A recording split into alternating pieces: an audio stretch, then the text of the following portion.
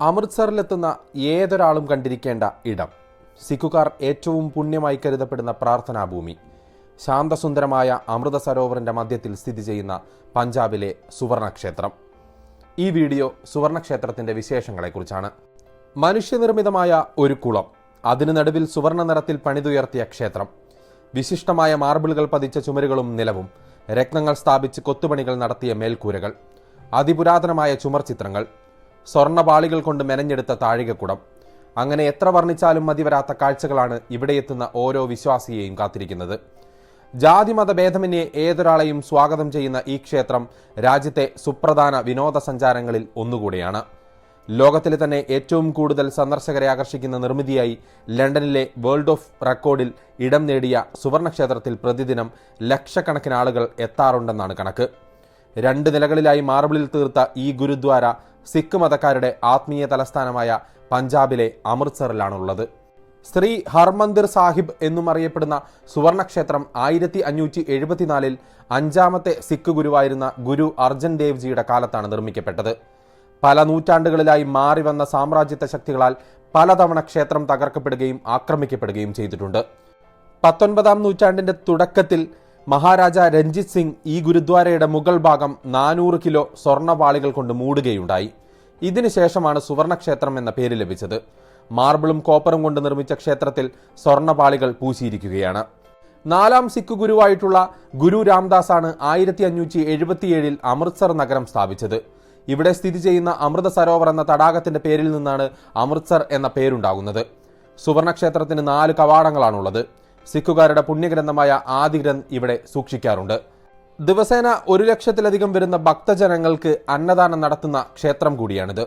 അതുകൊണ്ട് തന്നെ ലോകത്തിലെ ഏറ്റവും വലിയ പാചകപ്പുരകളിൽ ഒന്നാവുകയാണ് സുവർണക്ഷേത്ര പരിസരം. ഇവിടെ എത്തുന്ന സഞ്ചാരികളെ വിസ്മയിപ്പിക്കുന്ന മറ്റൊരു കാര്യം സുവർണക്ഷേത്രത്തിലെ രാത്രികാല കാഴ്ചയാണ്. വൈദ്യുത ദീപങ്ങളാൽ ക്ഷേത്രത്തിന്റെ താഴികക്കുടം രാത്രിയിൽ തിളങ്ങുന്നത് അതിമനോഹരമായിട്ടുള്ള ദൃശ്യമാണ്.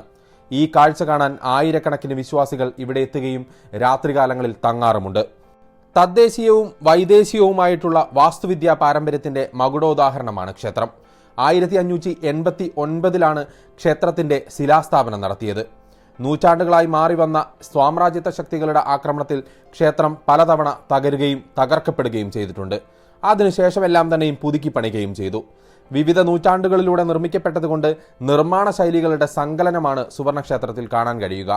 ഇൻഡോ ഇസ്ലാമിക്, അതുപോലെ മുഗൾ, രജ്പുത് വാസ്തുശൈലികൾ ഓരോ കോണിലും നമുക്ക് കാണാനായിട്ട് സാധിക്കും. അകത്തളങ്ങളിലെ കമാനങ്ങളിൽ സിഖ് ഗ്രന്ഥങ്ങളിൽ നിന്നുള്ള വരികൾ സ്വർണ്ണലിപികളിൽ ആലേഖനം ചെയ്തിരിക്കുന്നു. പുരാതനമായ ചുമർ ചിത്രങ്ങളിൽ വിവിധ സംസ്കാരങ്ങളുടെ പ്രതീകാത്മകമായ സമന്വയം കാണാം. വിശുദ്ധ സ്ഥലത്തിന്റെ മുകൾ നിലയിൽ ക്ഷേത്രത്തിന്റെ ചരിത്രത്തിലേക്ക് വെളിച്ചം വീശുന്ന ഒരു സന്ദർശക ഗ്യാലറി ഒരുക്കിയിട്ടുണ്ട്. യുനെസ്കോയുടെ ലോക പൈതൃക സ്മാരകങ്ങളിൽ ഇടം പിടിക്കാനുള്ള ശ്രമത്തിലാണിപ്പോൾ പഞ്ചാബിലെ സുവർണക്ഷേത്രം. ഇന്ത്യയിലെ ഏറ്റവും സമ്പന്നമായ 7 ക്ഷേത്രങ്ങളുടെ ലിസ്റ്റ് എടുത്തിട്ടുണ്ടെങ്കിൽ അതിലുണ്ട് സുവർണക്ഷേത്രം. സുവർണക്ഷേത്രം ഏകദേശം പ്രതിവർഷം 200 കോടിയിലധികം രൂപ വരുമാനം ലഭിക്കുന്ന ക്ഷേത്രമാണ്. 130 കോടിയിലധികം രൂപ വിലമതിക്കുന്ന സ്വർണം ഉപയോഗിച്ചാണ് സുവർണക്ഷേത്രത്തിന്റെ താഴികക്കുടം നിർമ്മിക്കപ്പെട്ടിരിക്കുന്നത്. ക്ഷേത്രം മാത്രമല്ല, സുവർണക്ഷേത്രം സ്ഥിതി ചെയ്യുന്ന പഞ്ചാബ് സംസ്ഥാനം എന്നത് ഇന്ത്യയിലെ തന്നെ ഏറ്റവും സമ്പന്നമായ സംസ്ഥാനങ്ങളിലൊന്നാണ്. തീവ്രവാദത്തിന്റെ നാളുകൾ ഒഴിഞ്ഞതിനു ശേഷം സമാധാനത്തിന്റെ പാതയിലേക്ക് ഈ സംസ്ഥാനം മടങ്ങിയെത്തിയിട്ട് കാലം ഒന്നും അധികമായിട്ടില്ല. ഇന്ത്യയുടെ തലസ്ഥാന നഗരമായ ഡൽഹിക്ക് സമാനമായി 2 അമൃത്സർ നഗരങ്ങളുണ്ട്.